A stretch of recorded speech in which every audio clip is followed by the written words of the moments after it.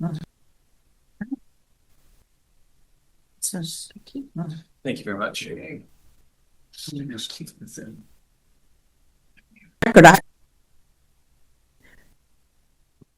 For the record, I don't have any objection to the companies that are pictured here. They're just examples that I'm going to cite when I speak. My name is Mary Deckard. Our family owns Castaway Charters, a fishing and boating company. This is our 25th year in business, and we have 4 captains. We have never received any county money to run our business today, but our company and captains pay, just like our colleagues in this room today, more than our fair share in licenses and taxes for upkeep and maintenance of the boat landings, roads, etc., just like a land-based licensed taxi businesses do. service My delivering first question tourists to a committee, public what boat is the landing difference between a and picking them up licensed taxi later service versus a charter delivering towboat or tourists to a kayak public company boat doing the landing, same? and picking them up Second, it was later stated at the versus a September charter 15th towboat meeting or regarding kayak these company proposed doing the same? revisions, I Second, can't it go was to a stated public at the road and set September up shop. 15th meeting regarding But it these happens proposed every day revisions. all over the I county, can't as go you to a can see public by road these and set up photos. shop. Moving But it companies block happens the every road, day all over the county, as you can see by Paper these trailer photos. their equipment, setting up on the roads and easements in order to service their customers. Some companies park their equipment on public property overnight and leave traffic cones out, as you can see in these photos. Is the county, for example, going to make every landscaping business, excuse me, store their equipment at local storage companies, just like this revised ordinance would force every charter, tour, and kayak company to rent slips at commercial marinas? And I say slips because we have 4 captains. We would have to rent 4 boat slips. That additional annual cost, figured conservatively, is over $33,000. How many small businesses can sustain an arbitrary and capricious $33,000 plus annual hit and continue to stay in business? Third, the type of companies being targeted use boat landings to service area tourists, the same ones who stay at hotels, eat at restaurants, and frequent shops and entertainment in the county. Thus, the revenues generated by our small businesses is significant. What is the county's plan to replace it? Fourth, I question the information provided by county legal and staff. It would appear, based on their statements on September 15th, there are only a few complaints south of the Broad about a couple of companies. And the county attorney said staff took direction from council, unable to find any reference to a council directive for these revisions. Further, they acknowledge their office received calls from commercial marinas complaining about missing out on revenues. Therefore, is it just mere coincidence that commercial marinas stand to reap a financial bonanza should these onerous revisions be approved? Last, it would seem that rather than put an entire market segment out of business and destroying a good portion of the Low Country's tourism industry in the process, the county should exercise the sensible option of denying business licenses to the companies that are the subject of complaints. Thank you.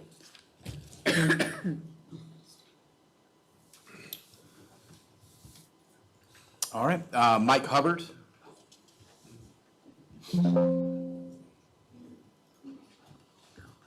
Good afternoon. My name is Mike Hubbard. I am the chair of the Daufuskie Island Council.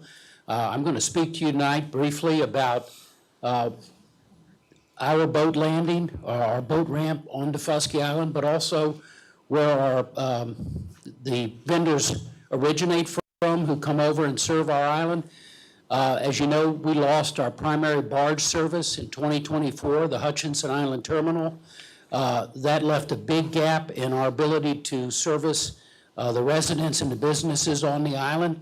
Since that time, we've had a couple of enterprising businesses step in to take up some of the slack.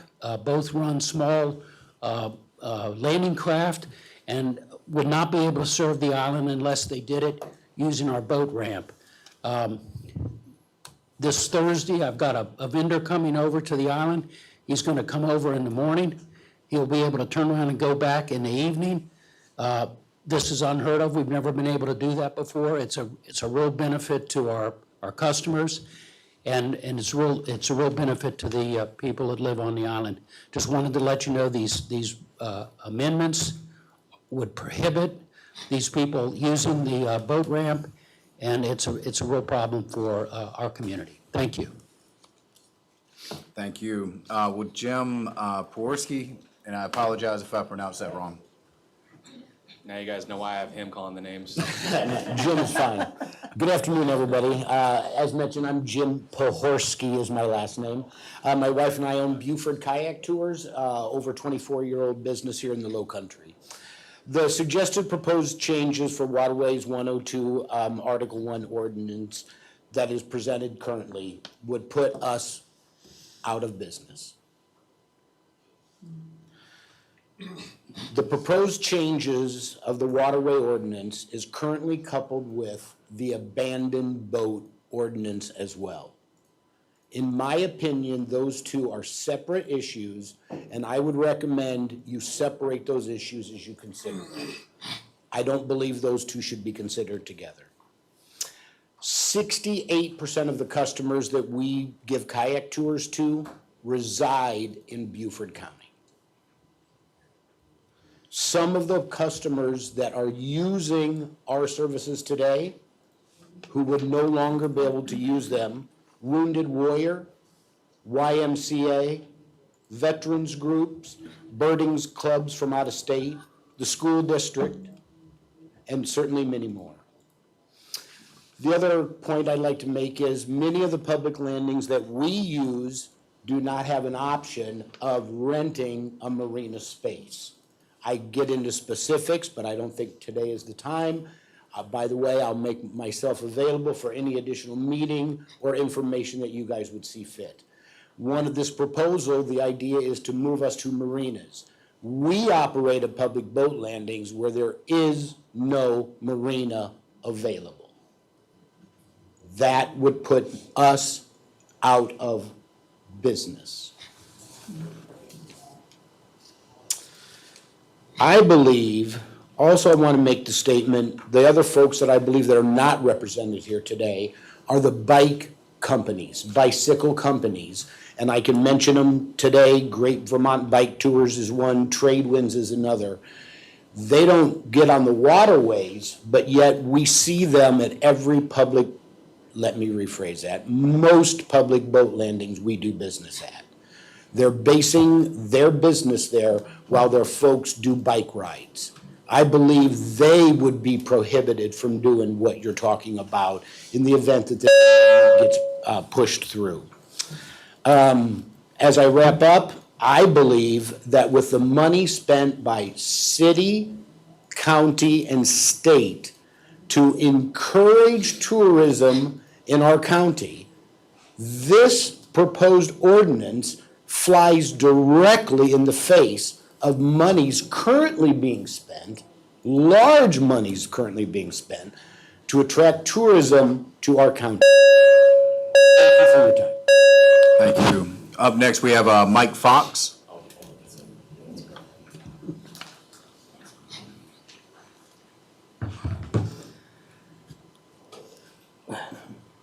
My name's Mike Fox. I'm owner of Beaufort Lands End Paddling. This is Catherine Caldwell, one of my employees.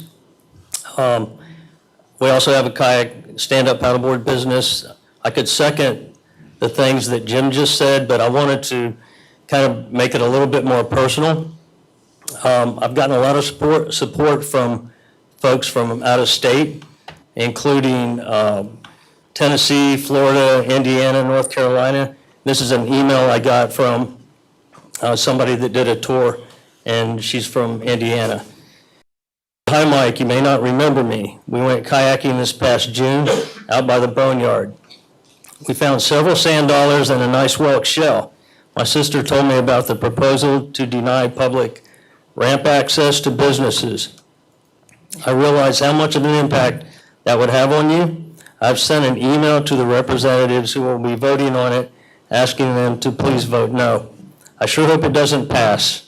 I would love to go on another kayaking adventure with you next time I'm in town. I would like to know the final outcome. Keep me posted. And it's like Jim just said, if this passes, I mean, we're done. You know, this has become a passion for me. It's just, I tell a lot of my customers it's my second career, and I've been lucky to have employees and guides like Catherine, so I'm going to let her share a couple things. I can't speak to the business is going under and how that affects things financially for them. But as an employee and someone who recently relocated here in the past year, I can speak to how this will affect the education of visitors and people relocating here. They might move here because it's a beautiful place and the people are nice, but something that I fell into was being able to have a job right away. That's one. But two, I'm able to, and especially by us being mobile, being able to go out of multiple boat landings, I was able to learn quickly about the area, the history, the environment. I think that education is something that I really respected about moving here and learning how big of a deal it is to locals here. And I think we're taking 10 steps backwards by taking this away. We educate all of our customers on the area, the history, the environment, how to protect the environment, and I just think it would be detrimental to that perspective. 15 seconds. Yeah, 15 seconds. I don't have enough time to finish it, but thank you all for listening. And hopefully you got a lot of the emails that have been sent from friends and people that have, done things with us in the past. Thank you. Thank you. All right, up next, Rachel Cantor. No, Cantori, sorry. That's okay. Great. My name is Rachel Cantori. I own Stand and Paddle. I operate out of Bluffton. I can second pretty much everything that Jim and Mike and Catherine have said. I have been operating my business for the past 10 years plus. Really, I fell into stand-up paddleboarding here in the Low Country, and it is my livelihood and it is my passion. So I did send out an email, a letter to everybody, but I just wanted to step up here to touch on a couple other things or reiterate those things. One being, if this ordinance is passed, it will definitely put me out of business. There are no other marinas in Bluffton that I can operate out of. I solely operate out of the Bluffton Oyster Factory Park. I have good rapport with everybody around there. I help people get on the water, and one of my biggest goals is to help people get familiar and confident and comfortable on those waters. Without me being there, there's no way for anybody to get access on a stand-up paddleboard if this ordinance was to be passed, because I wouldn't have anybody anywhere to go within a paddling distance, that is. Secondly, would be that, actually just lost my train of thought, but long story short, this is what I do. My vision was to have a mobile, like my business vision was not to have a brick and mortar, because I don't want to have and be stuck in any one place. I don't live here year round because my big season is the summer, and that alone, having to pay extra fees and extra permits and all, would not allow me to be in business. So I want to thank you for your time. Like I said, I did send out a letter, so most everything else that I wanted to bring up is in that. So thank you. Thank you. Once again, I apologize. Looks like everybody has terrible handwriting like I do. Is this Ernie? Ashley? Ernie. Oh, gotcha. Good afternoon, ladies and gentlemen. I didn't know I could speak till I walked in the door, so my notes are scribbled down very quickly, and I will be brief. I own bare bones charters, and I use the county ramps and county facilities, and I fish mainly St. Helena, Ladies Island area, Russ Point. And I personally have not witnessed any charter captains in my dealings, in my short period of time doing this. I haven't witnessed anybody camping out at the docks, just sitting there waiting on their charters. What I have seen is the captains are respectful.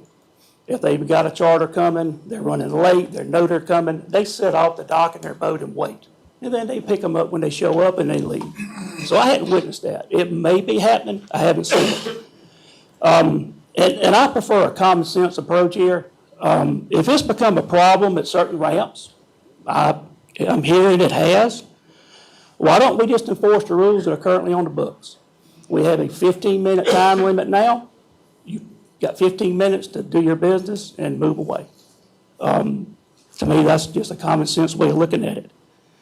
And, let's don't penalize the captains. They're doing it the right way, which is the majority. The majority of us are doing it the right way. We're not, sitting here waiting for people to show up hours on end. Just don't happen. And I also, a small business owner, relatively new to the area, doing this, and it will put me out of business, immediately. So, thank you. Thank you. Up next, Courtney Kimmel.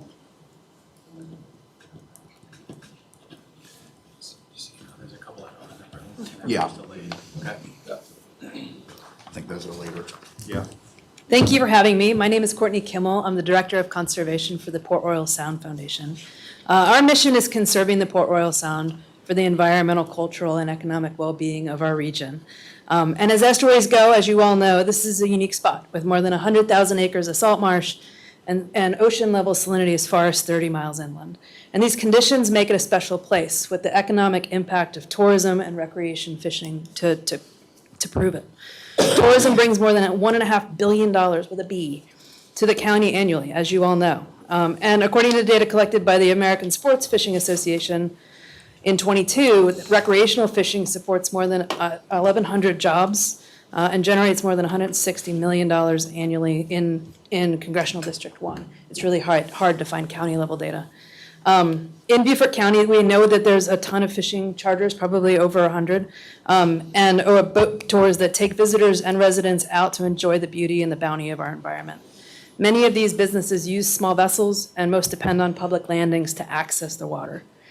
We recognize that increased demand for access to the water has led to increased volume of boats and vessels using public landings.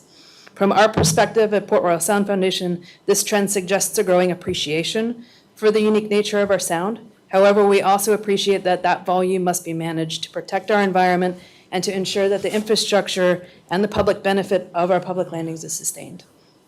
But we're concerned that prohibiting all commercial operators from using public landings will have a devastating effect on our community of small-scale fishing charter and tour operators that bring people out into our environment. Many of these captains and operators in this room are our eyes on the sound. They're the first ones to tell us when they see things changing or they see a problem. We encourage the committee to take an alternative approach to managing this challenge that brings people out on the water and keeps it protected. Thank you. Thank you. Up next is Anthony Cappuccino? Capuccio. Good evening. Cappuccio, sorry. Thank you for your time, council. My name is Anthony Capuccio. I'm also on the Defusky Island Council. In addition to Mike Hubbard's comments earlier, I just wanted to stress that there are multiple other businesses on the island that rely on some of the landing craft that we use from going from the mainland over to the county dock on Defusky. Some of those businesses include like the distillery, the restaurants, also transporting people back and forth on some of the private tour boats that come over. They rent golf carts. In addition to the people that live in the historic district, a lot of people in the PUDs as well, the planned unit developments, also use those landing craft to transport supplies over. Obviously, some of their ferries won't handle some of the larger loads. There's only one tide-dependent barge that's operated by one operator now. So again, that does severely limit the amount of goods and services that can be brought over at any one time. In addition to, just wanted to make one more comment.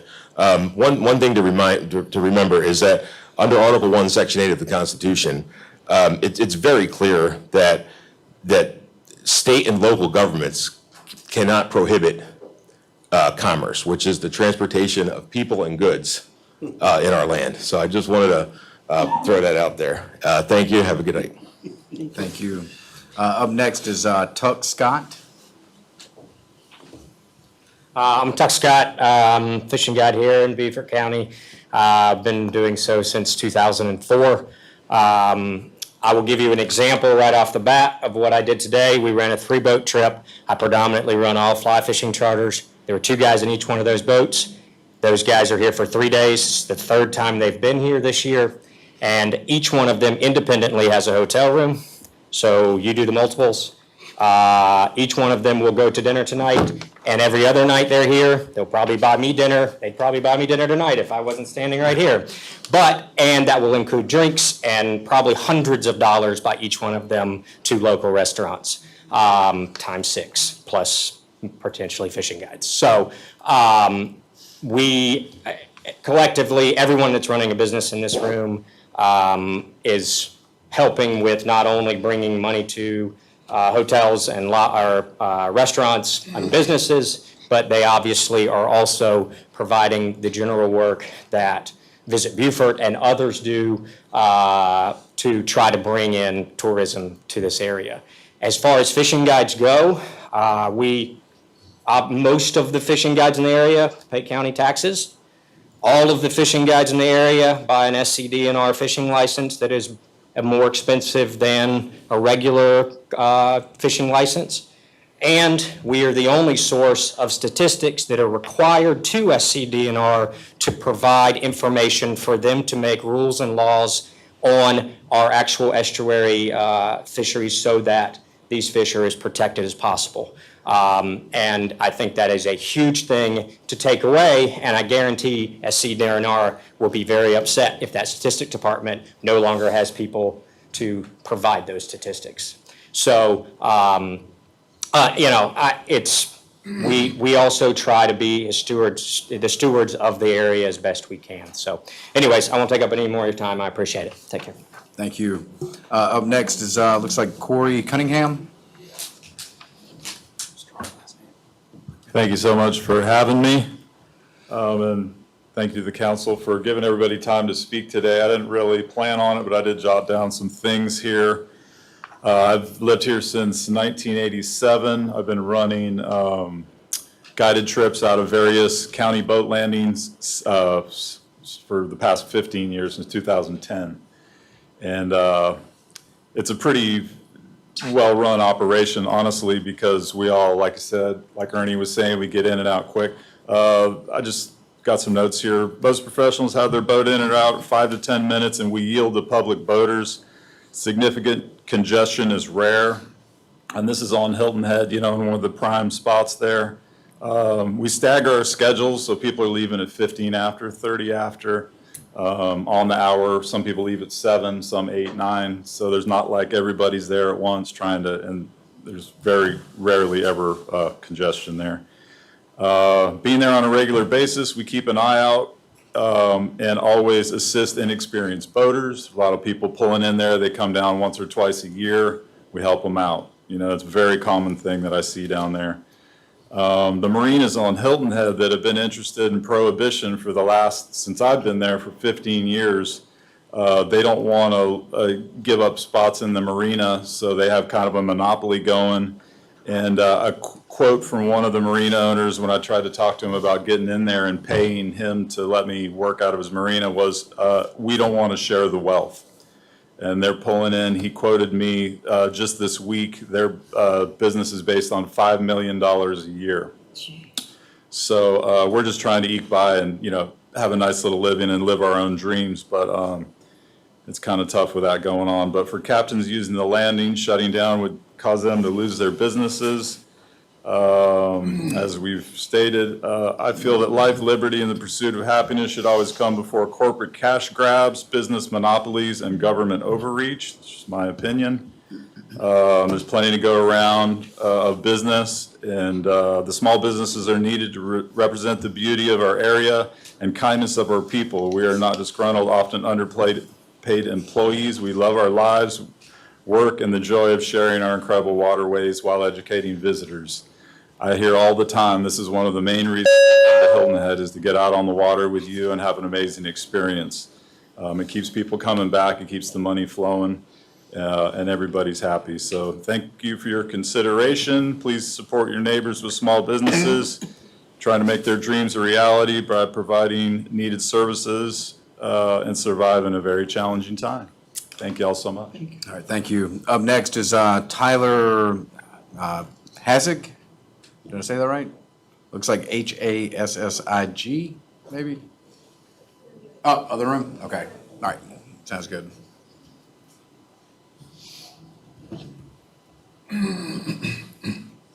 Hey, Tyler, can you pronounce your last name? Hassig, you actually got it right, which is shocking. Good job. Yes. My name is Tyler Hassig. I'm the owner and operator of Living Waters Boat Tours. We do dolphin watching, sunset cruises, basically everything but fishing. My wife and I call it our nonprofit because we barely make any money with it. As y'all are aware, expenses are very high for small business owners. Licensing fees, when you're on a boat, something's breaking every other time you use it, gas. So, just in reference to the motion on the table today, adding additional fees for using marinas would be obviously detrimental for us. One of the things that we do pay, obviously, is our county licensing fee, which goes towards using the boat ramps, which many people have accurately commented captains are the most respectful folks at the ramp. They're the ones picking up trash and helping people out when they can't trailer their boat right or tie it up. So captains definitely are a crucial part of the boat ramp, and they're the ones who know how to use it and do a good job. So we definitely want to keep the captains there. One of the things that I tell my customers when they get on the boat, as everyone here knows, Beaufort County, we're 51% water by area. And of course, that's creeks and rivers and sounds. And the 49% that's land is some 1,200 islands. So you need a boat to get around Beaufort, and many people just don't have one. So, stopping captains and charter companies from taking people out on the water, you're really stopping people from seeing and experiencing Beaufort. Going out there and catching a fish or seeing a dolphin. Seeing a dolphin changes someone's life. I mean, to me, it's kind of silly, but it's true. It really is. So, I take tourists out all the time, and it's their favorite thing they do the whole time they come to Beaufort. So, just speaking for them, for future tourists, for small business owners who are barely making a profit as it is, please allow us to continue using the boat ramps. Thank you. Thank you. Up next, we have Adam Sauerborn.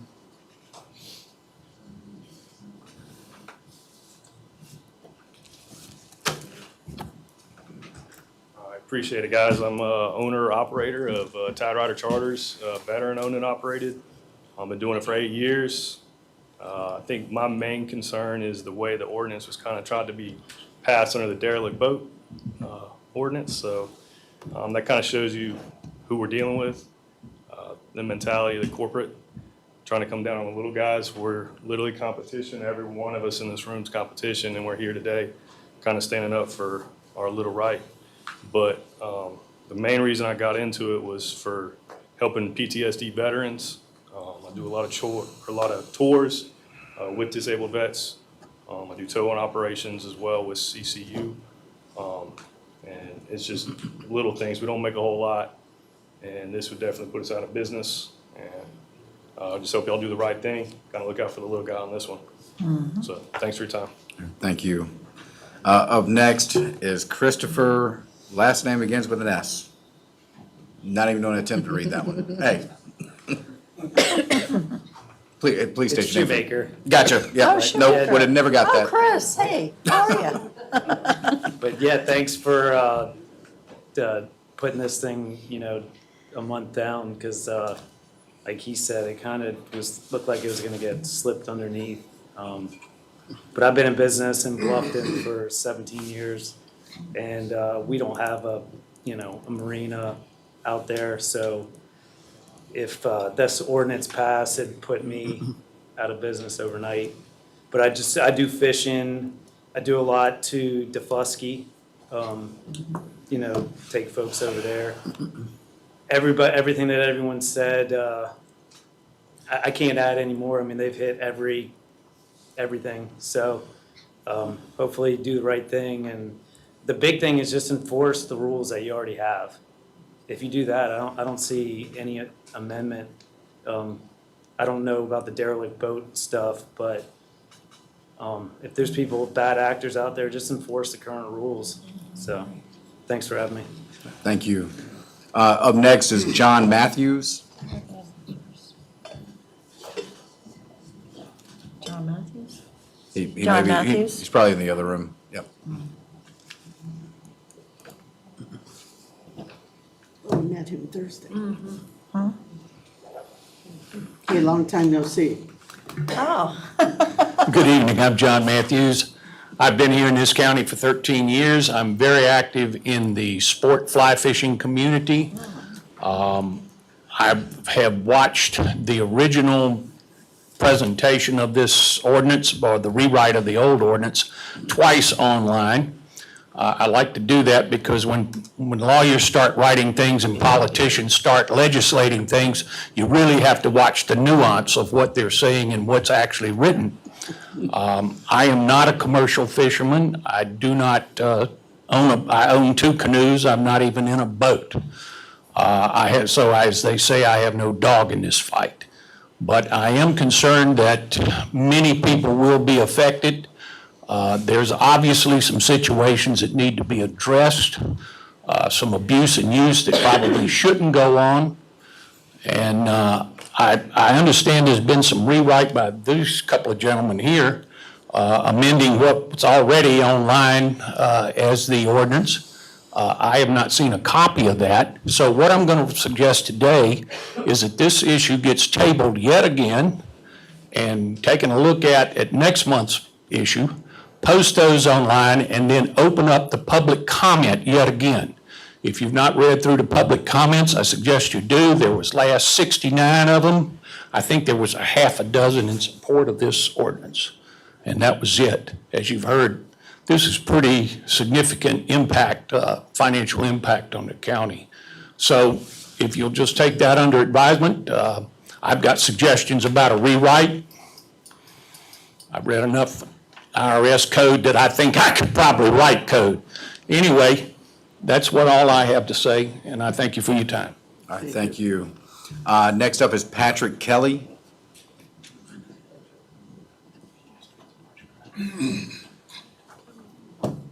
Howdy, good afternoon. My name is Patrick Kelly. I run a small business, Boogeyman Fishing Charters. I primarily run out of St. Helena Island, around Station Creek Boat Landing, and also use Rust Point. Not a lot to do in that area. A lot of people that come stay in the Airbnbs, they want to go fishing. People out on Fripp want to go fishing. People downtown want to go fishing. You know, that's the main thing people want to do, it seems like, you know, but the residual effects of people staying here, of course, they're going to eat at a restaurant that I probably recommend to. I should get free dinners all over town. Places to stay next time. You know, they're paying for gas. You know, there's a lot of economic benefit, not just for me, but for everyone else in the area. And I'm sure you all well know that. Definitely, if I wasn't able to use the boat landing, I definitely would be out of business. In the past, I have had companies where I did run out of boat landing. If you do at a marina, you're looking at paying $600-700 more a month. That's $7,000 there. You're going to buy fuel at that marina. That's another probably $3,000-4,000 a year, and that's definitely it would just kill us. So. That's just my say-so, and I appreciate you not passing this thing. All right, thank you. Looks like, bear with me here, y'all. Jarrett Owens. Did I get it right? Nailed it. All right, man. I know that. Jared Owens, I'm a owner of a marine contracting company here in Beaufort. We work Hilton Head all the way northern Beaufort County. Just a little bit of an underrepresented group probably here today with all the charter guys, which is great, they've showed up, but for a lot of our jobs, mobilizing out of a boat landing, whether it be people or putting in work boats, is crucial to our operations. So many of our places are remote where we're working at, and just being able to get to commute to work many months out of the year is an important part of using our public boat landings. My office and land and everything is in the county. We pay the same licensing fees. I have a Coast Guard license, everybody these guys do. And just wanted to voice my opinion on that today. I would say all the charter guys and marine contractors, myself, have such a small footprint, I think, at the boat landings. Time is money for everyone here sitting in this room. So no one is lingering there just to hang out. You know, we're in and out, and I think it's just important that all these guys came here and spoke today. So thank you all very much. All right, thank you. Looks like the last on the list is Thomas Buskirk.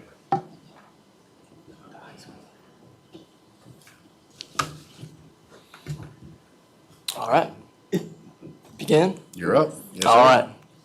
Thank you for your time. I'm incredibly nervous to be up here. My name is Thomas Buskirk, owner and operator of Sea Island Adventures Fishing Charters. I was born and raised here in Beaufort, South Carolina, and just living out my dream. Wanted to point out what's Beaufort's most valuable resource. I would say it's waterways. If you don't allow charter boat captains to use the county landings, you will reduce access to the waterways. Owning a boat is incredibly expensive, and many people maybe can afford to take a fishing charter once or twice a year, otherwise would not be able to afford a boat and get out and experience our waterways. All the chore guides, charter operators in this room, none of them are out there to get rich. They're doing it because they love it, and they want to share their love with others. That's a big reason people come to Beaufort. So, I just ask that you consider that, before considering closing the landing to charter operators, boat tours, and the latter. Thank you. Yes, sir, thank you. I believe that was the last individual on the list. Was there anybody else that has any public comments that did not sign up? No, yes, sir, come on up. Please state your name on the record. Hey, I'm Wayne Quinlan. I'm a local here, been here since 1959, and I run a small-time charter boat business called the Pirates of Port Royal Charters, and I was just keeping track of what these guys behind me were saying. And out of the 17 people who spoke, nine of them said they would be out of business if this passed, 9. And out of the people who didn't mention that, several of them are not charter captains. They're marine contractors with the Port Royal Sound Foundation. So you have a very high percentage of people who behind me right now whose livelihoods are dependent upon their access to our lands. That's a very stark statistic. 9 out of 17, take away at least 3 who are not charter boat captains. It's 9 out of 14 out of business. Thank you. Thank you. Is there anyone else? Oh. Yes, sir, and please state your name for the record. Thank you. I'm Jim Galler. I'm a Beaufortonian since 2006, South Carolinian all my life. Grew up in Colleton County. I've fished here since the 1950s. I really don't have a dog in this fight as far as a commercial operation. I'm currently finance manager for the Harry Hampton Memorial Wildlife Fund. I'm past executive director. I can tell you statewide, if something happened here with this ordinance, it would spread to other counties in the state, and I think it would be detrimental all across this great state of ours. I would remind the council and the committee that this county was basically discovered, if you will, by hunters and anglers. When I was a young man, and I'm quite old now, I went to Hilton Head to see concrete block houses and a burned out hot dog stand out on the beach and thousands of sand dollars. There was nothing else there. It was hunters and fishermen who spread the word about the beauty and what was available, and this whole county developed into what it is because of a lot of these people in the room and their forefathers. So think about it a little bit before you pass an ordinance like this. It is overreach, really, at its worst. Thank you. Thank you. Just real quickly, Deborah Smith, supporting the comments of the 2 council people from Fusky Island. I just really want to make it clear, because you folks spend a lot of time looking at our ferry problems. This ordinance would be devastating if you only look at the water taxi portion on it. We will no longer have any boat service for visitors to come to Defusky from Savannah. That'll be gone. And then important transportation options for people. such as the Bay River Excursion Service that Chris runs, and many others will all be gone. Fishing excursions, dolphin watching excursions, shark tooth hunting excursions, both run by local folks on Defusky who will lose their businesses if this goes through, and by our partners, captains in other areas, will also be gone. The barge service, as Mike talked about, is very, very touch and go right now since the Hutchinson Island barge service shut down, but we've got a couple small companies who are making it work. That will be shutting down, and that hurts every single business on Defusky that depends on getting their supplies. So this seems like a bad idea. The people on Defusky stand ready to work with you on addressing the problems that caused or that triggered this review. But this is not the way to go, and we would ask you to take a big, big step back, and we appreciate your consideration as always. Thank you. Thank you. Is there anybody else? Seeing nobody else, Mr. Chair, do you want to close public comment? Yes, sir. I will go ahead and close public comment. For those of you that are here, just so you know, that we have one item before it, and then it's going to be the item you guys spoke on. So it'll be the first action item for us to discuss. So if you could hang around for that, that would be great. But we are going to have a presentation real quick just about some updates for our 2018 sales tax, which I'm sure you guys are all excited about as well. We have the ACA report before that item, and we'll make it quick. Right, yes, sir. I would like to introduce Robert Getze. He is our capital projects management team's director, interim director, and he's going to provide a brief overview of some of our capital projects. When he's done, that'll be Thank you, sir. Good afternoon. It seems like it's been a few months since I've been back up here before you. We have approximately, I want to say not approximately, we have 58 projects in FY26 being funded. Of course, we have some that are carryover from FY25 being completed. 16 under construction, 17 in design or permitting. The remaining are either in a state of on hold or in planning. And just wanted to run down a few of those notables. Of course, we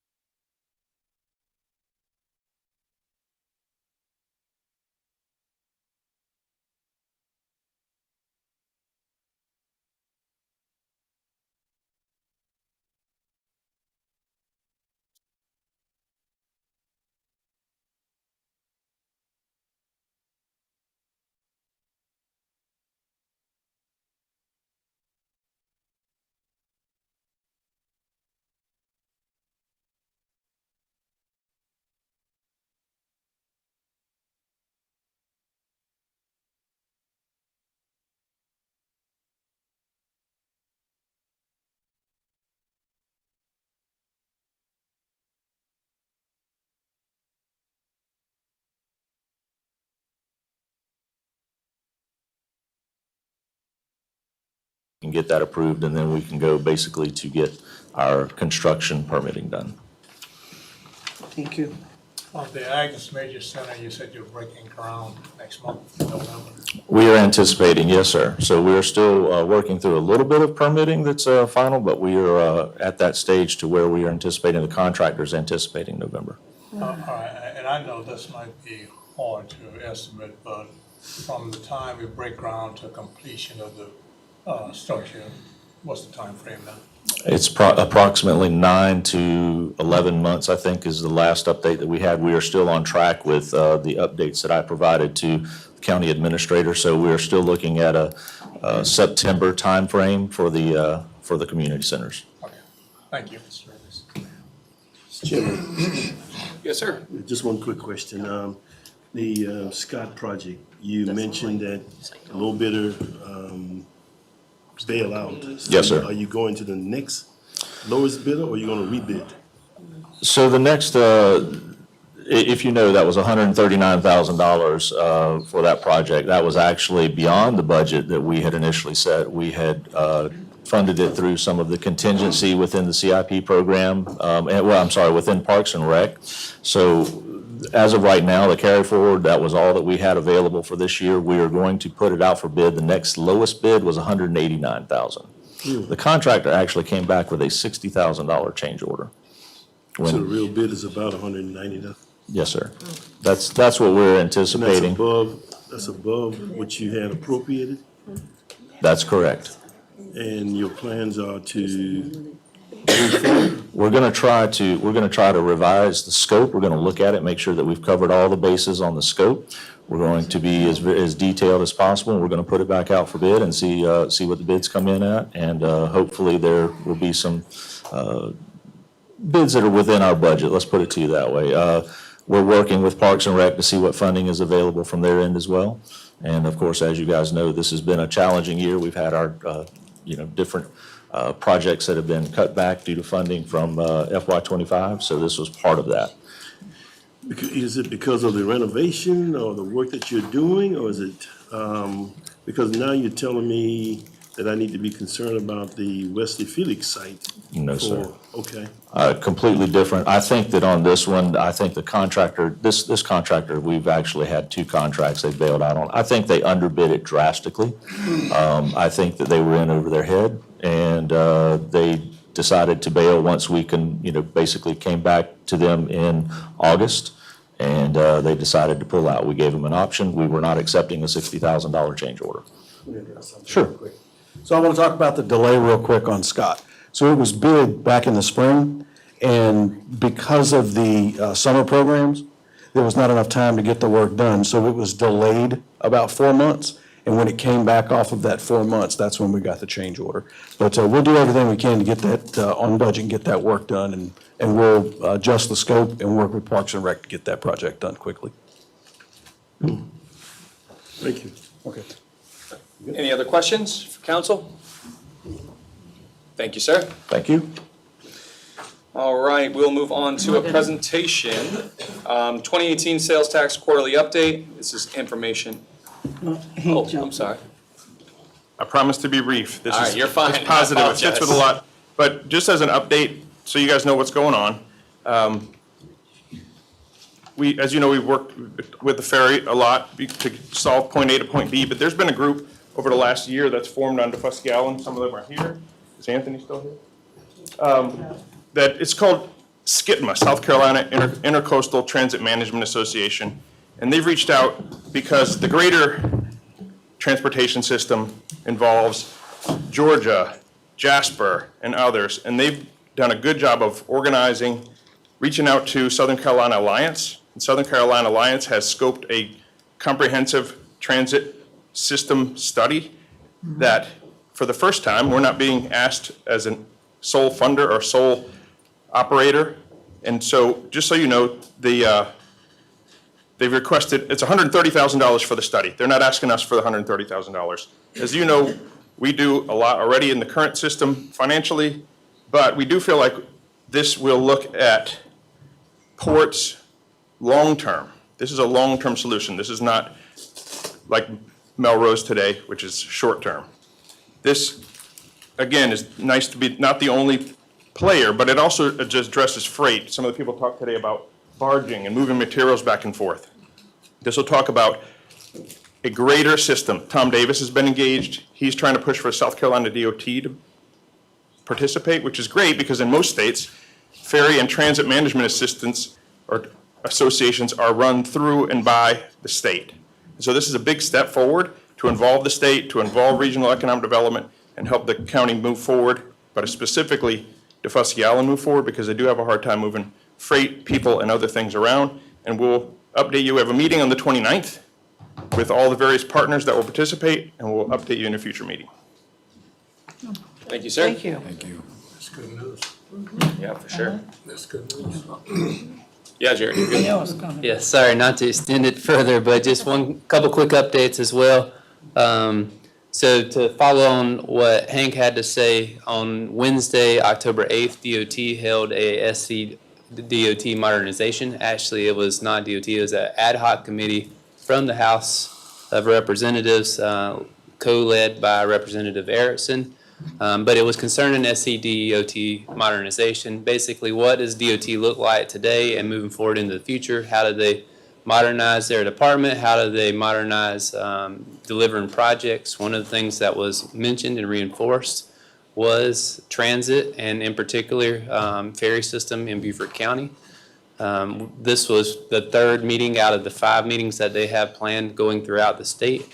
Beaufort County, the city of Beaufort, and town of Port Royal all made comments and provided our input, and we just appreciate the opportunity to participate in that statewide meeting. A couple of updates for you in regards to 278.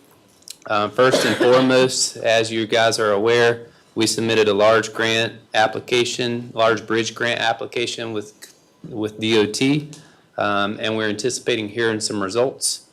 I do not have any results, but that is the update. We are hopeful to hear something at the 1st of October, whether we made it past the first cut. So we're still waiting to hear. Hopefully within the next couple of weeks, we'll hear something that'll come through DOT, and as soon as we get information, we'll provide that forward. So as of today, we're still in the game, and we'll see what comes when we get an update. As far as the corridor project and the rescoped 3-lane bridge, DOT is hosting, and we're participating, a public information meeting scheduled on October 30th at Island Rec Center from 4 to 7 p.m. So this is the same location where we've hosted other public meetings throughout the project. And the purpose of this is the revised environmental due to the revised scope project. So they'll have information there that they'll share regarding what the project is, some timelines, and just good information on the rescope project. And then lastly, not to be confused with the corridor project, but Beaufort County together with LATS is working on a 278 corridor study, access management.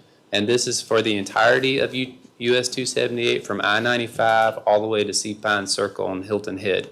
There's a series of meetings that will be taking place over the next couple of weeks. Those meetings, these are all public meetings. The first one's coming up this week, 10/23, from 4 to 6 p.m. at Hardyville Rec Center.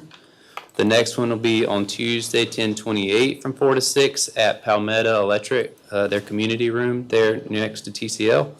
And then the last one will be on Tuesday, November 4th, from 4 to 6 at our library, branch library there on Hilton Head. So again, this is what does 278 look like today and into the future. What type of improvements need to take place, access management, signal upgrades, all of that sort. So feel free to come and invite others so we can get good input on that planning study. And that is all of our updates.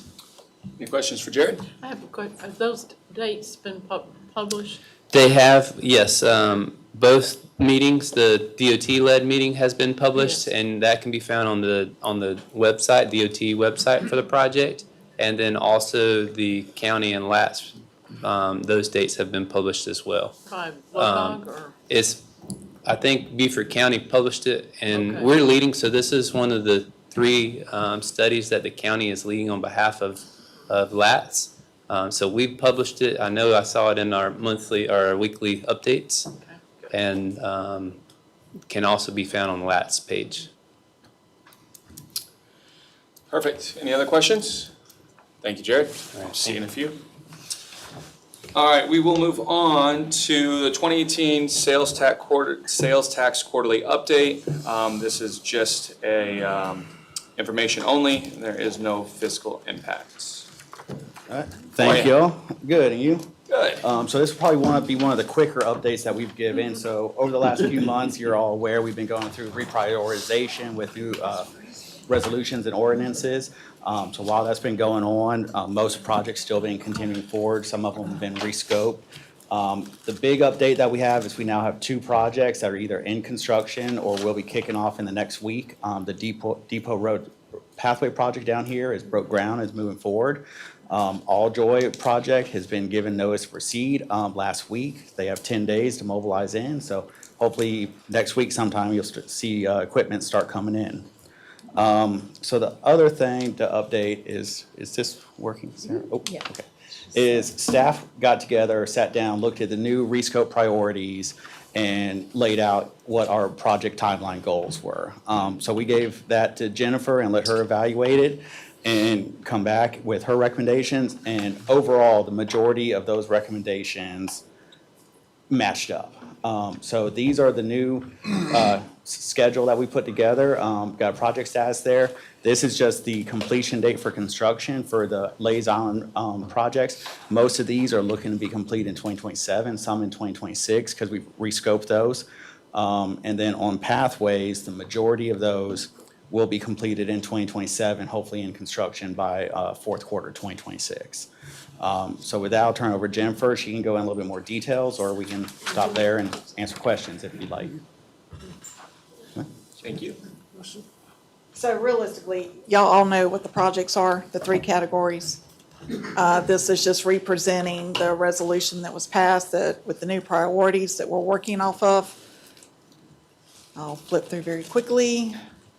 So we're back to the same format. So essentially, airport frontage, we're wrapping up the permitting process and the right-of-way acquisition. Once it's done, we're just going to sit on it just to see how funding plays out with the other projects. Hazel Farm Gay, we're going to resubmit to DOT to get approval for right-of-way authorization to start the acquisition process while permits and final construction plans are in design or in progress. Ladies Island Middle School, we're in the right-of-way acquisition process and permitting process. Had an update today. All of that should be complete hopefully within the next 6 months, and that would be going to construction.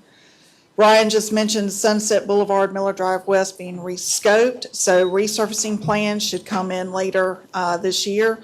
Get that out while the intersection improvement project there over with the raised intersection is in design.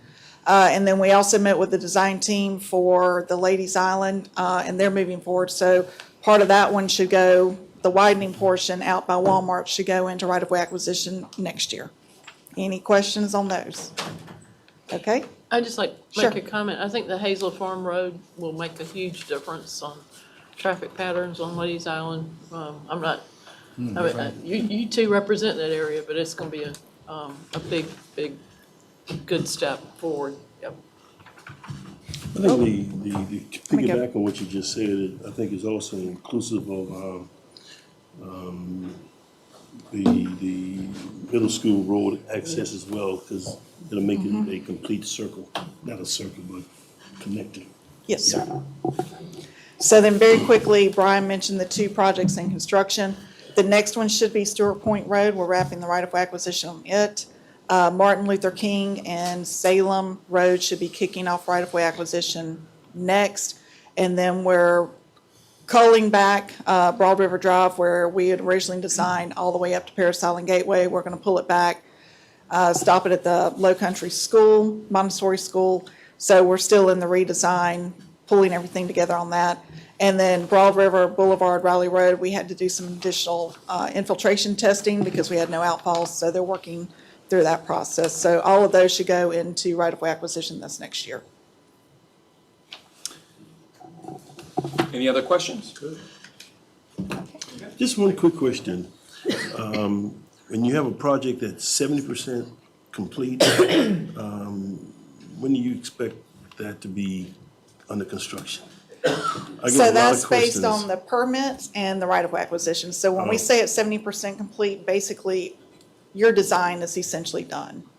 And you're trying to get into the right-of-way acquisition and permitting process. So between 70% to 100% plans, you're working on the other little things like pavement marking, signing plans, traffic control, that type of thing. But it's to get to starting right-of-way acquisition. So I should tell my constituents that it'll be 3 months?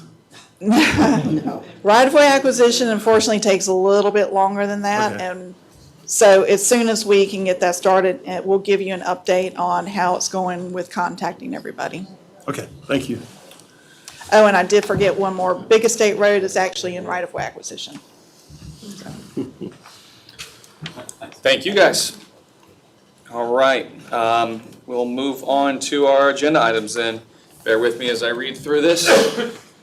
Approval of an ordinance to amend Beaufort County's ordinance, Chapter 102 Waterways, Article 1, Sections 102-1, Definitions, Article 2, Division 1, Section 102-27, Purpose, Section 102-28, Penalties, Section 102-29, General Prohibitions, Section 102-30, Dock Rules, Sections 102-31, Landing Rules, Division 2, Section 102-61, Description, Divisions 3, Sections 102-95, Description, Section 102-98, Penalties, Section 102-99, General Prohibitions, Sections 102-100, Dock Rules, Sections 102-101, Landing Rules, Article 3, Sections 102-133, Definitions, Sections 102-134, Penalties, Sections 102-136, Student Riders,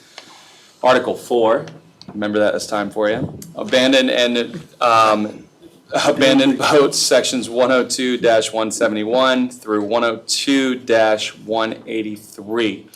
Do I have a motion to put that on the floor for A motion. discussion?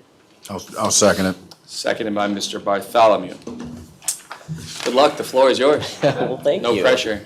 I wouldn't put my back to all those people. Well, thank you all. It's good to see committee again. I know we reconvened after our first meeting on this. And thank you to everybody who showed up here as well to provide their feedback and who did so through our online comment form. We got 93 responses before it closed this morning, which was a great level of feedback, and I appreciate our PIO, Hannah Nichols, who set that up for us.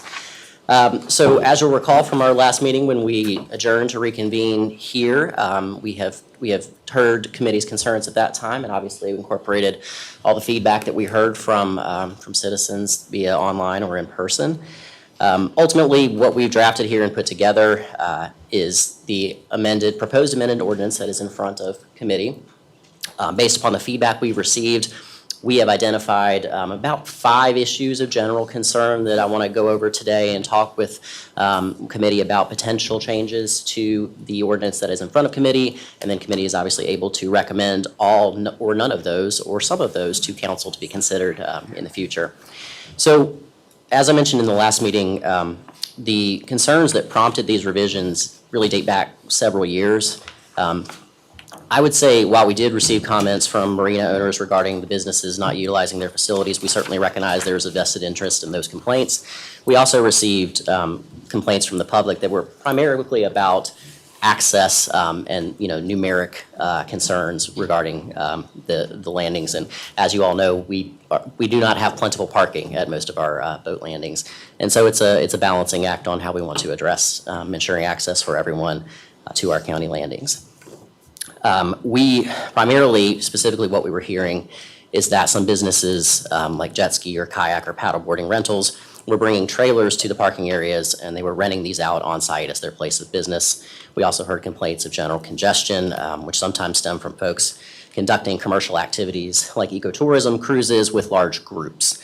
And so We are trying to ensure that all citizens have the opportunity to use the county landings, and what we've put forward is a reflection of the concerns that we heard. And obviously, committee and council are entirely free to take any action they feel is warranted and to not act upon those provisions that you do not.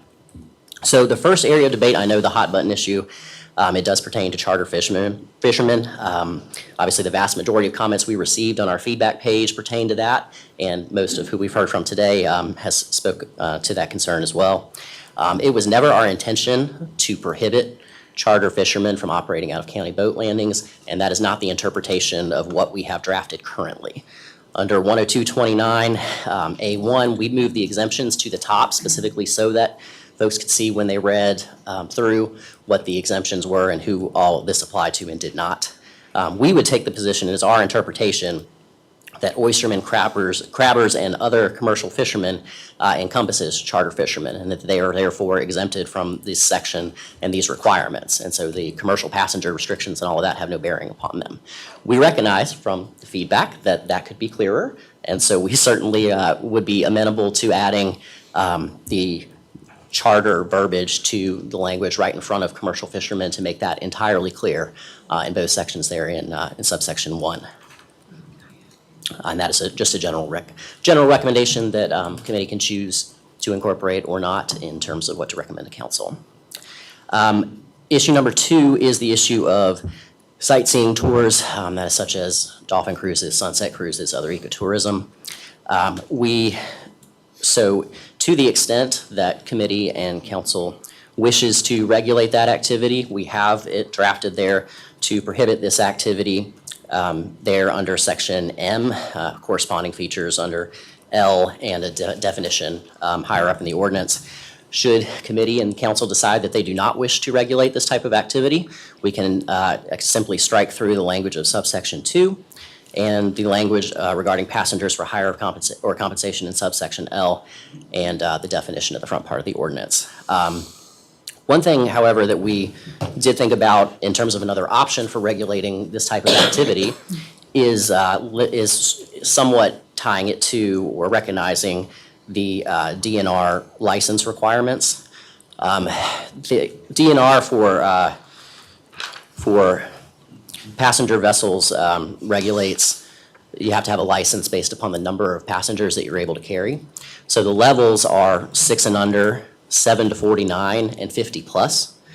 The 6-pack license is a common one that we've heard from the public, and we are, so it may, U.S. Coast Guard's captain's license, that's correct. Can you see those numbers again? Yeah, 6 and so under, it's 50 plus, what was the middle one? 7 to 49. So a way, since we have, we do aim this primarily at congestion and numbers, a way to get at this more specifically may be to limit commercial activity to some numeric value, be it right at the 6 or another number, and that could help to address what you're talking about, what we're looking at in terms of congestion in the parking lots and the boat landings, and maybe another way to get at that. But again, that is entirely in committee and council's purview. Issue number 3 that we looked at we had some questions about whether someone who was test driving a boat that they were looking to purchase or that had recently undergone maintenance would be able to use these county landings. We believe absolutely yes, that would be an acceptable use of these facilities. There's nothing in here that prohibits that type of activity.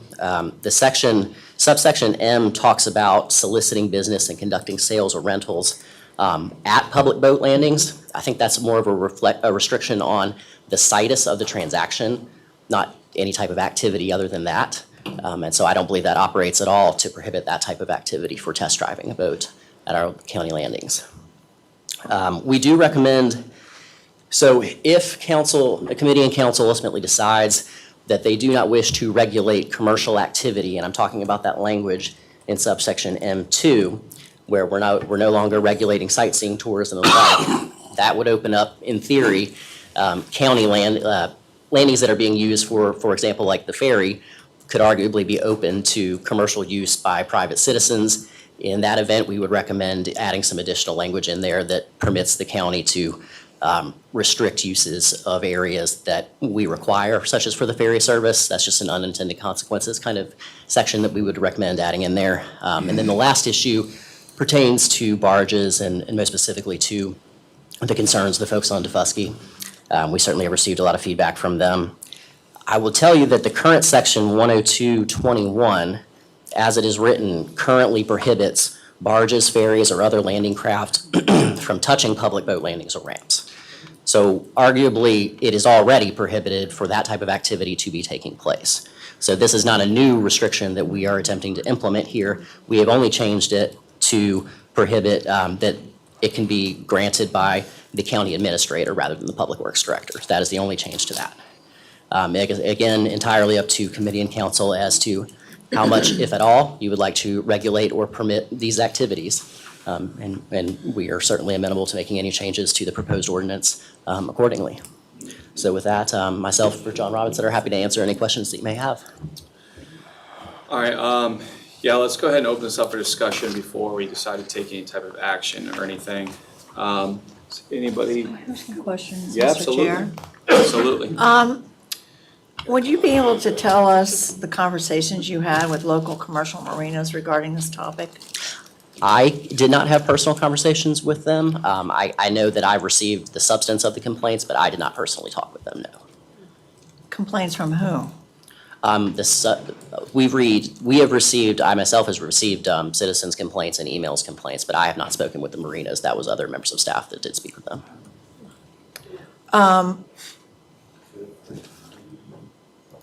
I had a couple questions, but they were pretty much answered by the people that spoke. Has anyone thought about the money that's going to be lost in this county? Like the gentleman said about the restaurants and the hotels and all that. I mean, how did we get here? That's what I want to know. I don't understand. How do we get here? My understanding is that this started over 2 years ago 2 when years council ago? directed staff to put together we had to, as I understand it, amend the waterways ordinance to provide a procedure for the abandonment, the abandoned and derelict boats. Within that are how we've always regulated the county docks, landings, marinas, et cetera. And so we were asked for some restrictions as to those to make sure everybody could access them. That's my understanding. So why can't we just have an ordinance for the abandoned boats and leave it at that? And why are we talking about all this other stuff? Why don't we just, Committee and council could certainly do that. Logan, just one more thought. Yes, sir. For the last 3 years I've been on this council's been very aggressive for economic development. Today and over the last number of weeks, saw emails and heard all of you say this ordinance would kill economic development. I think it's incumbent upon us to help you and make your businesses even better. Tuck Scott, you said something about collecting data that you give to DNR. Have you ever sent that to us? We'd like to check it. We'd like to check that out. The estuaries and the waterways that you look at. I mean, that's fantastic news to hear. I think it's great. Economic development is one thing, putting people out of business, I don't think that should be our business. And I'm just going to tell you, this doesn't make any sense to me at all. And how we can put it in 2 years ago? with getting rid of derelict boats. I don't think the council ever approved that, and I'd like to see that. You said the council approved that 2 years ago. I don't believe that's what I said, Councilman. No, that's not what you No? said. I said, I believe my understanding of the process was we received direction from council 2 years ago to make some amendments to the ordinance. On the derelict boats, correct? I'm not sure what exactly, I Well, wasn't. what there I'm 2 saying years is I'd ago. like to know what that is, to go forward, because, No, sir. Article 4 is the derelict boats section of that. We started working on the derelict boat section last October in conjunction with other municipalities. And the state simultaneously prepared their portion of, or what they were going to do for the abandoned and derelict boat section that we have adopted in there. So the rest of the ordinance, those updates of those portions, the rest of Article 1, 2, and 3 began a year prior to that. Okay. Most of that is just cleanup. Some specific language that it had to do with the fines portion and some descriptions and a little bit of definitions and those types of things. The specific portion that is of concern right now is the prohibitions to that, the commercial prohibitions.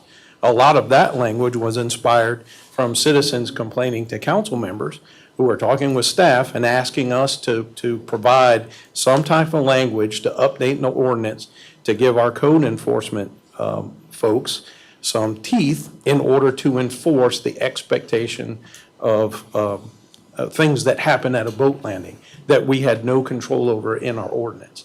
So this is language that was inspired by that conversation. This is not really a debate amongst staff. You ask us for some of this language, we put it in there and brought it forward. We've certainly heard from the citizens, and we know what those issues are. And now what Dylan has just presented are some options for you to look at that language and edit that language and what you think is appropriate. And we're willing to do whatever it is that you direct. Listen, let me just finish up by saying that I appreciate this. It's so encouraging to see this people and this council receive every one of your talks and points. If it makes sense, when something like this comes up again, why doesn't staff and leadership give an idea to council as to what ramifications would come of this, so we don't have to get to this point? I mean, you know, if Tom, there's, that is if the we put some conversation that's teeth in it, that's good, but if we're gonna put teeth in it, put people out of business, shouldn't we know that before we get to this point? I'll comment on part of that. I'm not the one that directed this to staff, but I can comment on this. Let's not take things out of context, the sense that this is the way due process is done. We're having a conversation. We are putting this out to the public. We're having words about this. It's why we directed it come back to staff when we saw things we didn't like. That's exactly the process that's happening. So to imply that we're not doing that process, we're actually in the middle of that process right now. That's what we're doing. That's why they're here. That's why we're here. So that's us on county actually doing our job and staff doing their job. This is us going back and forth and discussing things to get it done. So the difference is between 2 years ago and today is you're doing it here, right now, in front of people. This is healthy. This is what should be happening in front of people and having this conversation. Some people don't like the conversation being had public because they don't like when people are looking right at them and they don't like, you know, the backlash that can come from it. But this is the way government, local government should be done, in front of people and having these conversations. So I will like to say, I'm not sitting here bashing staff. I don't think anybody is going to. You were given a directive to bring ideas forward. The ideas came forward to them. We expressed them out in public, and now we're going back and forth with those ideas. That's healthy government on a local level. People coming out to a meeting, that's healthy. With that, I'll reserve the rest of my comments. I just wanted to address that, why that moment was there. Tab, you had another one. Go ahead. So you sort of took the words from me. This is government, how it should work. I don't recall us sending this to you, but hey, you know what? I don't remember everything. But this is government overreach to me. I mean, we are really gonna limit people's livelihood and also people's appreciation of our waterways. So I'm not in favor of a lot of this. The abandoned boats, absolutely. Let's get that taken care of, and the state's putting that in. But this is how government should work, so I'm glad we're having the discussion. And I'm proud of you for standing up there and not worrying about your back. Mr. Glover, go ahead. Okay.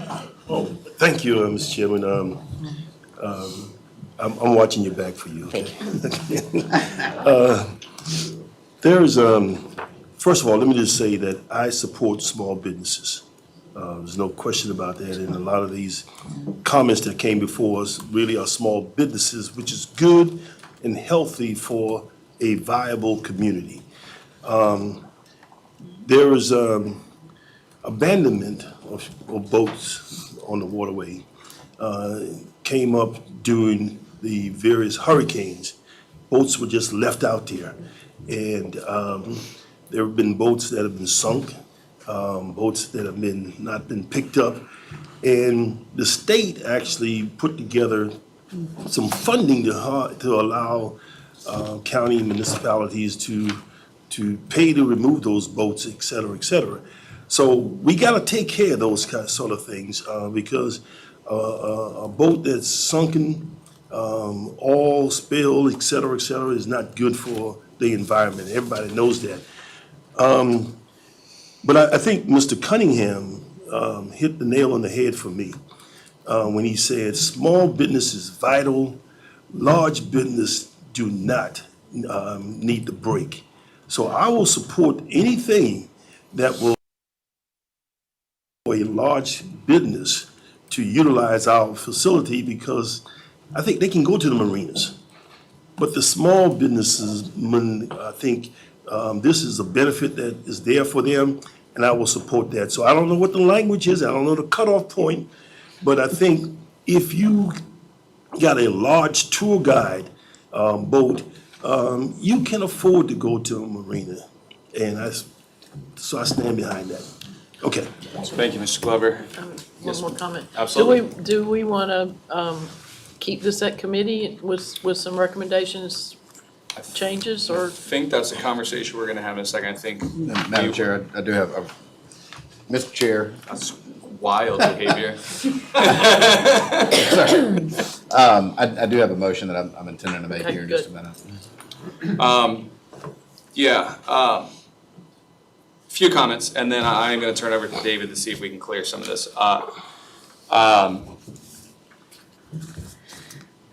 Like I said, this is the way government's supposed to work. We're supposed to have this dialogue, this is healthy.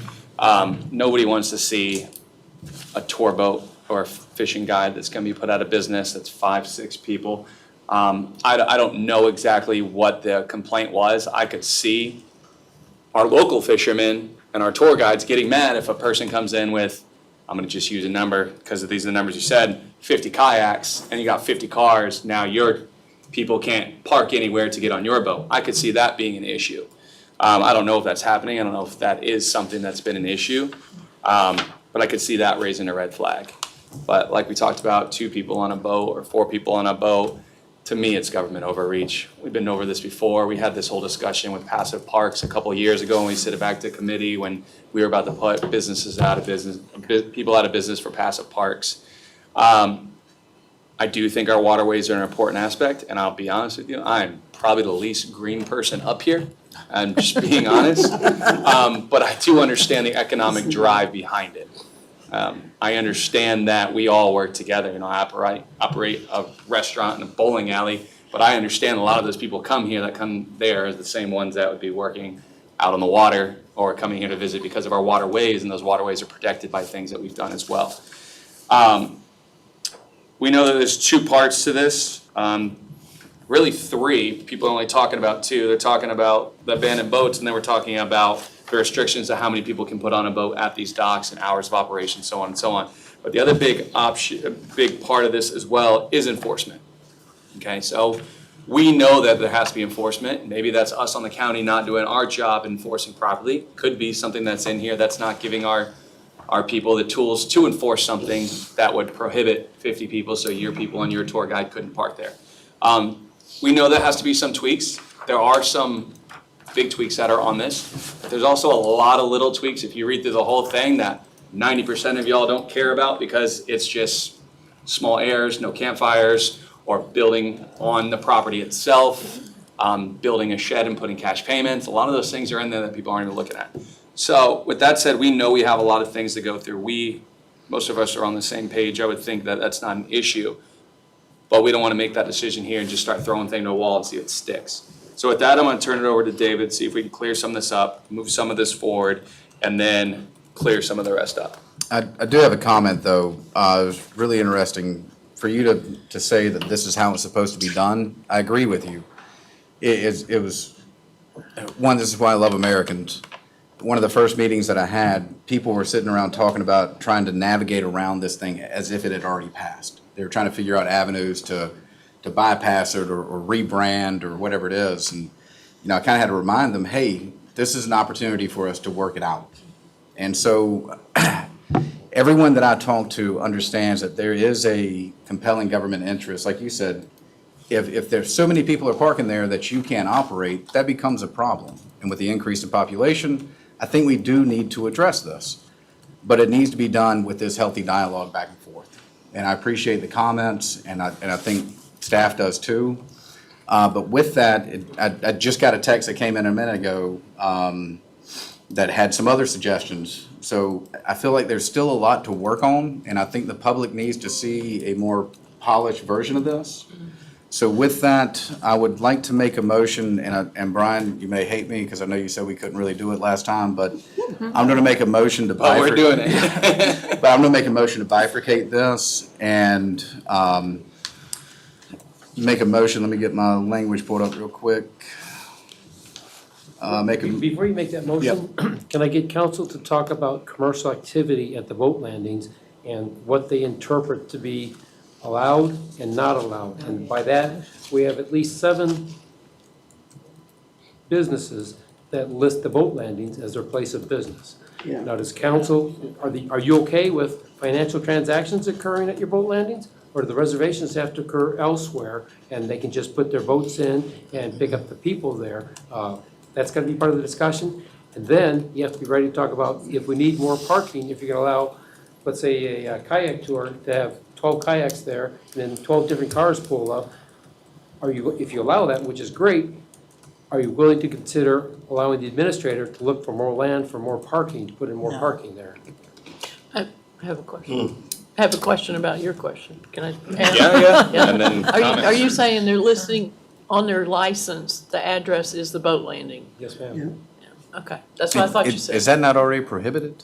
Yeah. Because I feel like that's, We need something's guidance already in from the book. council as far as whether or not that's allowed, and whether or not, to what extent is commercial activity allowed there? It's one thing to be a business and to put your boats in the water and pick up patrons or drop off patrons at the boat landing, all right? That's one aspect. But then if they're actually doing the financial transactions, taking reservations there, handing out your invoices, things of that nature, is that allowed? Staff needs guidance as to what to enforce or not to enforce. Well, let me ask you this question then to help clarify some of it. What difference does it make what address is on their license if they're still paying the same taxes, they're still paying the same fees for their licenses? Because I can sit here right now and pull up Square on my phone, you can cash out real quick, and I don't have any brick and mortar, and I'm not slowing any process. That's for council to decide whether or not that's permissible, as far as you're gonna let public land be used as a place of business for someone else. So I want to talk about this on their license. No one is listing the boat ramp address on their business license. We require zoning approval. We know where those businesses are, and we would never issue a business license with a boat ramp address on it. They're advertising, I just want to make that distinction, they're advertising the businesses being there that's not listed on their business license. Now, there are other licenses I can't speak for, but I wanted to address that so nobody has the misconception that we're allowing business licenses to be issued with a boat ramp address. That's just not happening. What do you mean by advertising? On like their website or where, as their place of business. That's where you would meet to do the transactional business, but they would have an office somewhere else where they would list for. Reservations and calls and everything like that. I don't know how they're doing the reservations, but on their website, they would list the address as being the boat ramp. And there were a few of those, but the business license, we don't list boat ramp addresses on business licenses. Thank you. Thank you. Number 1, Culver. One other question for staff, Mr. Chair, if I may. So going back to the vehicle parking with the cars and I guess the trailer parking as well, are all of our boat launches, well, not all of them, but Whitehall, I believe, has trailer parking only. Do we have signage out that has, because I mean, that, something that simple could potentially address it. Say again? 2 spots per vehicle. 2 spots per vehicle without trailers? Okay. Is that signage out there? Yes. We have some signs that say trailer parking only, and then other parking size for vehicles. So, but it's not consistent across the board, because I don't think Sam's Point has anything out there. Most landings do not have a sign. The signs does. Could better signage help? I mean, this is something, just kind of working through it. I mean, I'm They just can trying tell to. you if there's a problem with the parking or not. All I know is what we're told. We get the complaints come in, then we have to address it and say, all right, we'll take it to council, and council decide. So that's why it's here. And The complaint was ever part Hold on. This isn't a dialogue back and forth with the crowd and us, it's having the conversation, but I can tell you we have had complaints about parking. At all boat landings or I didn't just say all one or boat two? landings, I said we had some boat landings, that's why I also said maybe it's an enforcement issue too, and not an issue that we need to direct with the new. Mr. Chair, that was one of the other comments. I both read and talked to an individual. And Chuck, I think this may go back to you. What are we doing for enforcement? Because one individual said that he's only seen, he operates there weekly and said he saw code enforcement there maybe once or twice a year, I believe. So is that something we could do? I mean, can enforcement just increase and solve the Yeah, problem? so this is going to get a little nuanced. If you have an issue with a boat in the water, we've had issues with boats being left there, different things. With the pickup and drop-off, there are some allowances, and there are different boat landings and different rules for different boat landings in the current ordinance. What we have enforced is abandoned vehicles. We have the abandoned boats we've addressed, and we have, where folks have actually tried to do business from the boat landing, we have taken enforcement action with that because largely they don't have business licenses, they shouldn't be there. They set up like hawkers and peddlers, but that it wouldn't qualify for that because that's not an allowed use.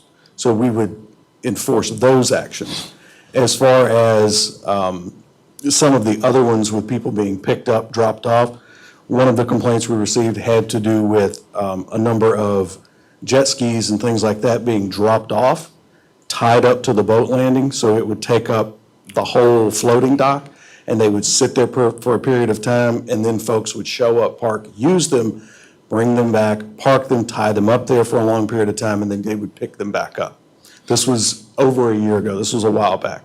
But it's things like that that we would get the complaints, and those are the things that we've taken enforcement action on. Anything else you want to say before I go? No, or- just anybody else? Just say, I'm really not, I'm not too concerned about where the payment happens if there's not something set up where it's taking away the parking. Maybe that's just me, but the aspect of somebody getting on a boat and getting on the charter and going, it, to me, is no different than me ordering an Uber and getting an Uber ride home from a restaurant. Maybe that's me overthinking it, but just logistics-wise, if they have their license and they're meeting the requirements that we put in at the county, and I don't care if the transaction's cash or over online through the reservation, I'm sure they're taking a reservation fee to hold it, a deposit, whatever it might be, that really doesn't bother me that much. I'm more worried about somebody coming in with 40 cars so the rest of them can't operate, or it's a Saturday and people can't go out on the water on their own boats. That's more my concern. Everything else to me seems, if someone's operating a business improperly or without a business license, that's an enforcement issue. My question is, are we giving them enough backbone in our ordinance to be able to enforce that? And that's, I don't have that answer, to be honest with you. I guess that's more of a question. So one point I will make on enforcement is that our definition of law enforcement under this new ordinance is expanded so that BCSO and DNR are also law enforcement agents for purposes of this ordinance. I can't tell you how much either of those entities is going to assist with parking enforcement, but we have not had those conversations. DNR, it was primarily about the abandoned boats removal process, which is set by the state, but we did theoretically expand resources by making that definition that way under this ordinance. And to answer one of your questions, I'm not opposed to the whole land acquisition thing if it makes sense, but I do think we should focus on some of the areas we either already own or we can reutilize. I've said it 5 years ago, I'll say it again today. I'm still all for taking a look at Pinckney Island and the way we have that laid out and what we can actually do there. It's a great center point for the location from here, Savannah, Defusky, St. Helena, all the way around. So I've said that before, that has nothing to do with this, but just throwing that out to the rest of the council. You got 3 more years of hearing me saying that to y'all. I heard it before I got on council. David, if you don't mind to follow that up. Yeah, sure. At this point, I'd make a motion to bifurcate this and vote on Article 4, Section 102, 171 through 183 today. And the remaining provisions that are being amended and addressed move off to the next Public Facility Committee. I'll second that. So moved.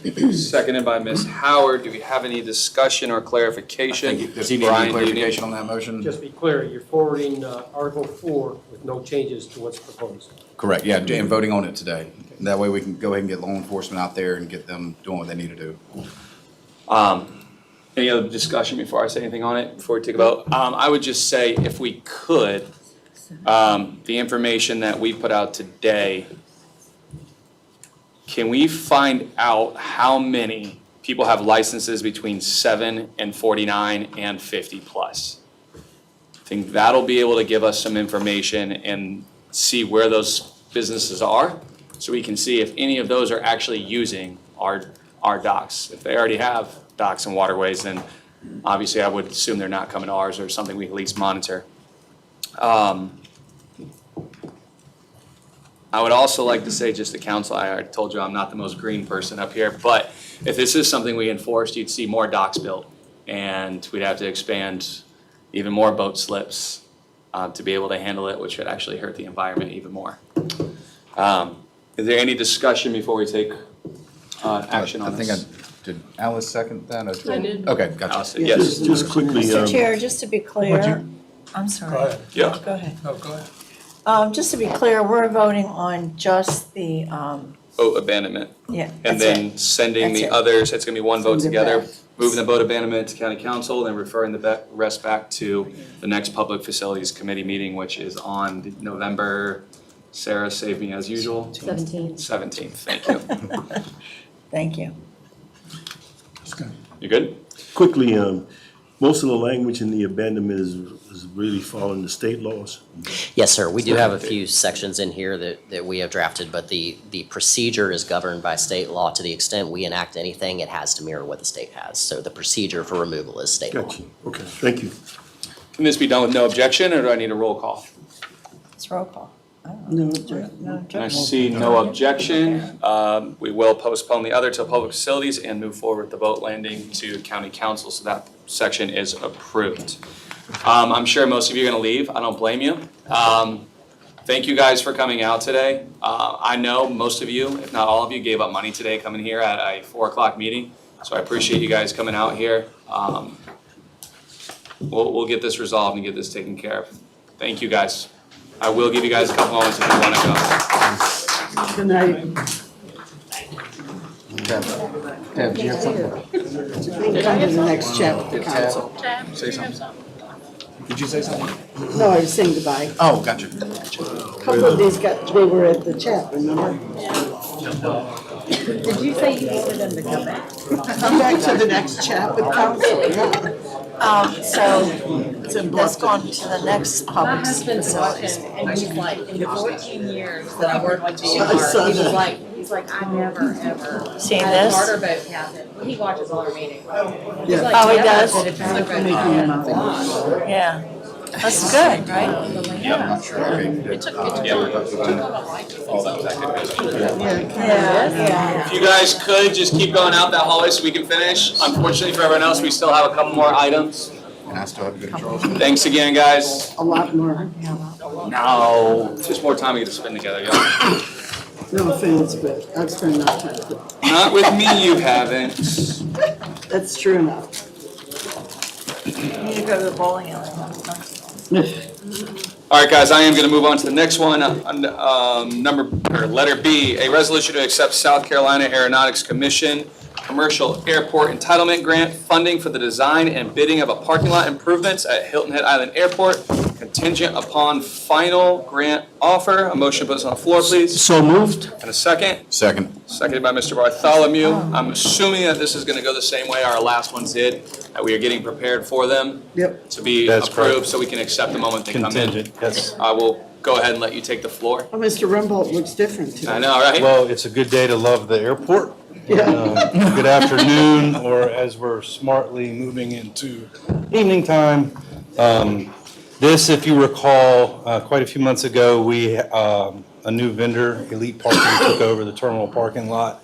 And we realized real quickly to install their equipment, the license tag readers, that we needed to get some design done in that aging parking lot.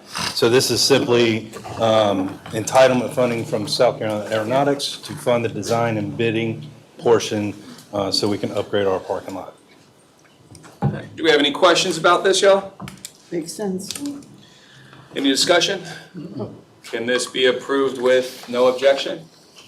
Yes. All right, this is approved with no objection. We will go on to C, D, and E. What I will do, if you don't mind, I know all three of these kind of go together. I will read them over, but we'll still take them separately just so you can discuss all three, and we'll take them one at a time. Absolutely. If that's okay.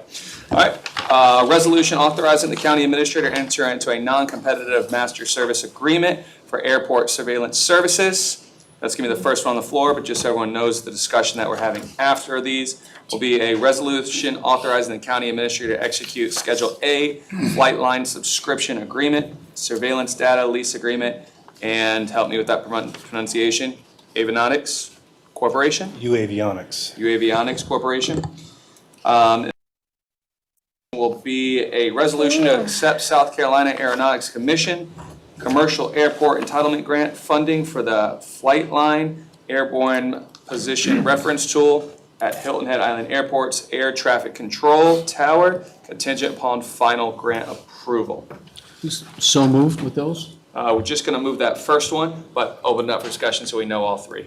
Okay, as Do everybody we have a should. second? I'll Sorry. second. Thank you. I appreciate it. Sorry. No, it's my fault. That's okay. As everybody should recall, Hilton Head Island Airport's the only commercial airport in Beaufort County, and we operate a contract tower. So this isn't an FAA tower. I wanted to make it clear again here with the shutdown and things like that. People understand that our controllers are still working. They're not FAA controllers. They're contract controllers. For quite a few decades, the airport has been lobbying to get radar viewing capability inside that tower for the controllers. Right now, the only radar capability is when they contact Beaufort Approach on the air station or Savannah as they're arriving and departing, which you've heard John say it, the tower controllers are using the stubby pencil way, the old way to view with binoculars and see aircraft as they're coming in. Much discussion with the FAA. Luckily, in August of this year, the FAA finally identified one sole company to provide radar viewing in those towers, and that company is UAvionics. So what we have and what we're going through is a master services agreement with UAvionics to provide this service to our tower and our controllers in the tower. Secondary to that is a subscription fee that we have to pay for the subscription, which is, the subscription runs off a fee schedule, and we had to pick based off our location in our tower to determine what the fees were for UAvionics. But that's the subscription fee. This is a 5-year contract with an option of renewal. And then I'm going to reach out and get South Carolina Aeronautics to fund this with entitlement grant funding. So that's the contingent grant funding request that I have at the state right now. All right, do we have any questions for the first section? No. All right, can C be done with no objection? Yes. I see no objection. I will reread over the next two, and we'll get a motion for them to take a vote as well. A resolution authorizing the county administrator to execute Schedule A Flightline Subscription Agreement, Surveillance Data License Agreement with UAvionics Corporation. Do I have a motion? So moved.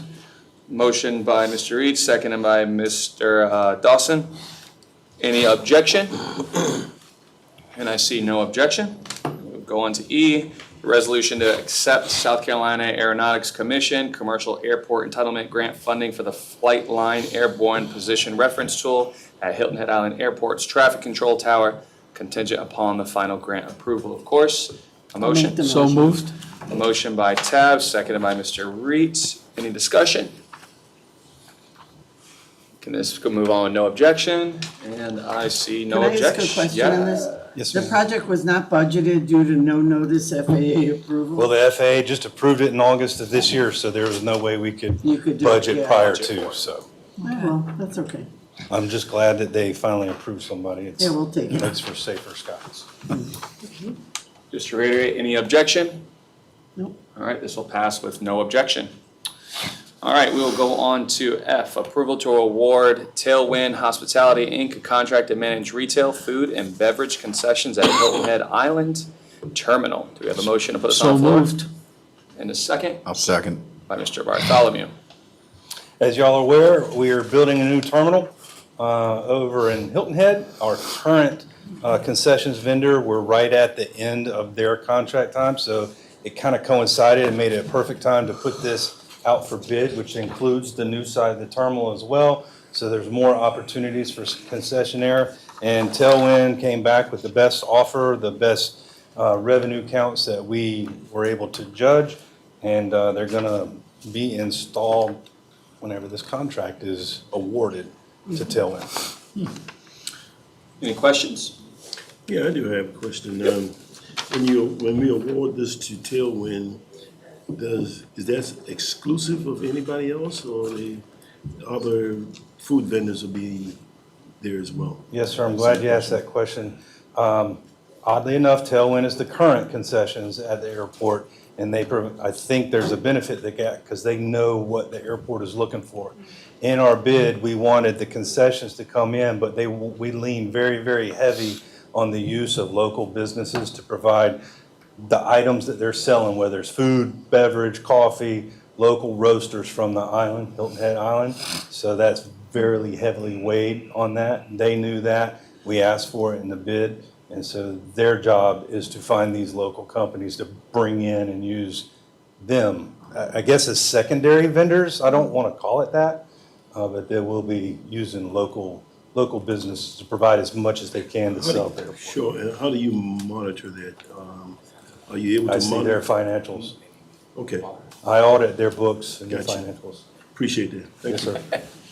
sir. Steve, what's the dollar value of this contract? Well, that's hard to say because we're expanding. The current dollar value only shows one concession area at the airport, and because we're expanding to we're doubling the size of the terminal. This is also doubling the concession area.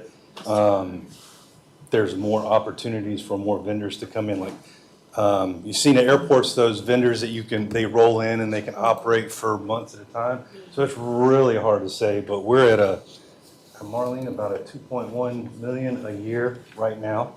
So theoretically, double that. Yeah, because it's a generator, so we should be It's a pushing over 4 generator, million yes. then. Now, that's not all of the airport. That's total revenue for the company at the Yeah. airport. All right, Thank you. any objection? All right, and I see no objection. Where we at? G, we'll move on to this last one. I think that's the last Thank one you. for you, isn't it? It is. Thank you, sir. Have a good evening. You do the same. Change order number 4 to dirt road paving contract number 55 with JH Ayers LLC for drainage, base, and paving on .13 miles of Frederick Taylor Lane. Do I have a motion for this on the floor? So moved. And a second? I'll second it. Seconded by Tab. Floor is yours, my friend. So when this project was originally bid, it was a design build for 3 roads. Have a great evening, sir. Frederica Taylor was included as an alternate for design and construction. At the time, we decided to move forward with the design but not construction, so this would just be a change order to allow us to complete that construction. And when do you think that should be completed? It would start Next year? hopefully before the end of the year. It would hopefully start next year, so Next year. probably before mid-year next year. Is when it would begin? It's when it'd be completed, yeah. Oh, completed. Okay. Mr. Glover, any other questions? No. Oh, no, you're good, just making sure. This is the one that, it's been on the books for years. Mr. Dawson? Is he done? Mm-hmm. Okay. Leo Green Road was included in that, Yes, sir. right? Is it Yes. still in there? Yes, sir. It hadn't been pulled up? No, sir. It's on the current program. They are finishing up Dolphin Watch now. There were some utility issues at James D. Washington, which delayed it a little bit, so they're going there. If they can move Leo Green up and do it first, they're going to, but if not, it will be done at the conclusion of James D. Washington. Okay. Thank you. Yes, sir. Mr. Dawson, I'm glad you're here, because I'm telling you, sometimes I'll be lost on some of the dirt road pavement, so I appreciate you being on top of it. Yes, sir. I'm serious. I wouldn't even thought to check on that. All right, any objection? All right, this will be approved with no objection. We'll move on to the next one. Approval to award a contract to True Luck Construction for, is it Pokey Island? Pokey Island Road Culvert Replacement Project. We have a motion? So moved. I'll second it. All righty, seconded by Ms. Howard. Yes, sir. Okay. Yeah, and this is going to be the construction, like I said, for Pocky Island. We put this out to bid. We received 1 bid. It came in substantially higher than the engineer's cost estimate. So we met them on site. They came back with the best and final at 1.7, which was pretty close to estimate. Still a little over, but pretty close. It's including a contingency of 10% in there. And there will be a water line replacement that's going to be required as part of this project. So we have included additional contingency of $300,000 for that. but the county share of the water line is 4% per Act 36. Beaufort Jasper will be responsible for the rest. So the total contract award will be up to 2.2 with the contingency. Any questions? No, I just want to, not a question necessarily, but just want to make a note, this is a time-sensitive item. Yep. Yes. This one and the next one as well. Yep. Yes, and I will add that with this, they're hoping to be able to get started by late November, early December to get out there and start mobilizing. So, Do we have to make a separate motion to move it directly to council, time sensitive? I think Alice just has to accept it to the agenda, doesn't she? Yeah. So we don't need a separate motion? All right, this will be approved with no objection. Yep. You're gonna see no objection. Move on to our final item, a contract to O'Quinn Marine Construction, Inc. for Melrose Dock Repair Project. Do I have a motion to put this on the floor? A motion. And a second? No, second it. By Mr. Bartholomew. yeah, and this, so will be for the Melrose Dock. We had McSweeney Engineers do an inspection report of it, and they came up with a list of items that needed to be addressed immediately once the county takes possession, make it safe. So this is what these bids were based on. We received 2 bids. O'Quinn was the lowest. There is an alternate for $15,000 to remove the floating docks that aren't going to be utilized. And then a 10% contingency brings the total amount of the possible award up to basically $282,695. All right, any questions? No. Can this be approved with no objection? Yes. All right, it is approved with no objection. And with that, if there's no other further business, we will conclude the meeting. Thank you. Thank you. A reminder.